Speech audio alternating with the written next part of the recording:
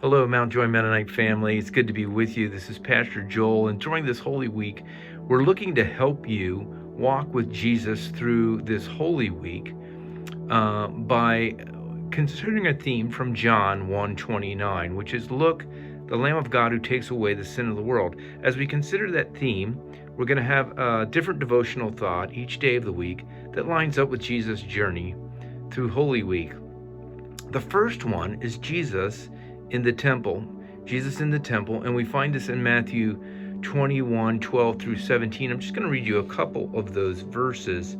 It says that Jesus entered the temple area.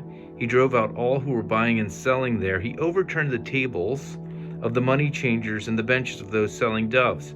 "It is written," he said, "My house will be called a house of prayer, but you are making it a den of robbers." And then the passage goes on. So I would encourage you today to read chapter 21 of Matthew, verses 12 through 17.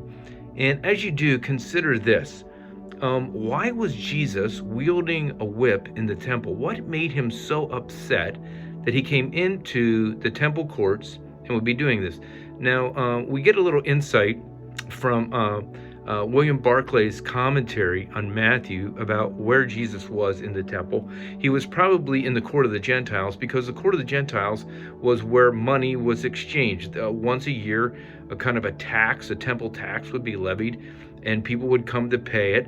And so it was that time of the year to do that, so they were paying that tax. But what would happen was they would even upcharge them. If they didn't have exactly the right tax to pay, they would upcharge them and charge them a fee to even give them change for what they were paying for the tax. And so that was one thing that was going awry. The other thing was they were selling pigeons, they were selling sacrifices there, and they would inflate them anywhere from 20, 30, 40, 50, 60, 70% upwards of that.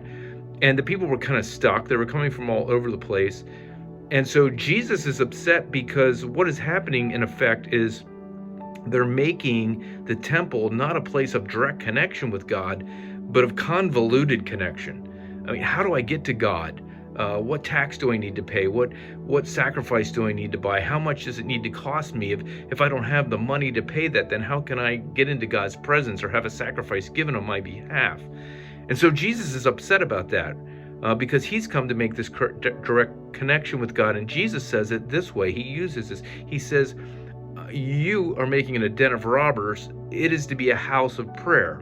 Prayer is a direct opposite of what the place had become. It become this convoluted way of, how do I get to God? It's kind of a maze.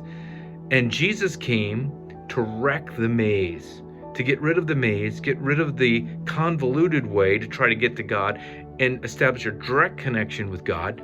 And he talks about that direct connection being through prayer. So I want you to ask yourself this question this week, as you're getting ready to embark on this week, as you're embarking on this week, is what things could be keeping me from a direct connection with Jesus this week?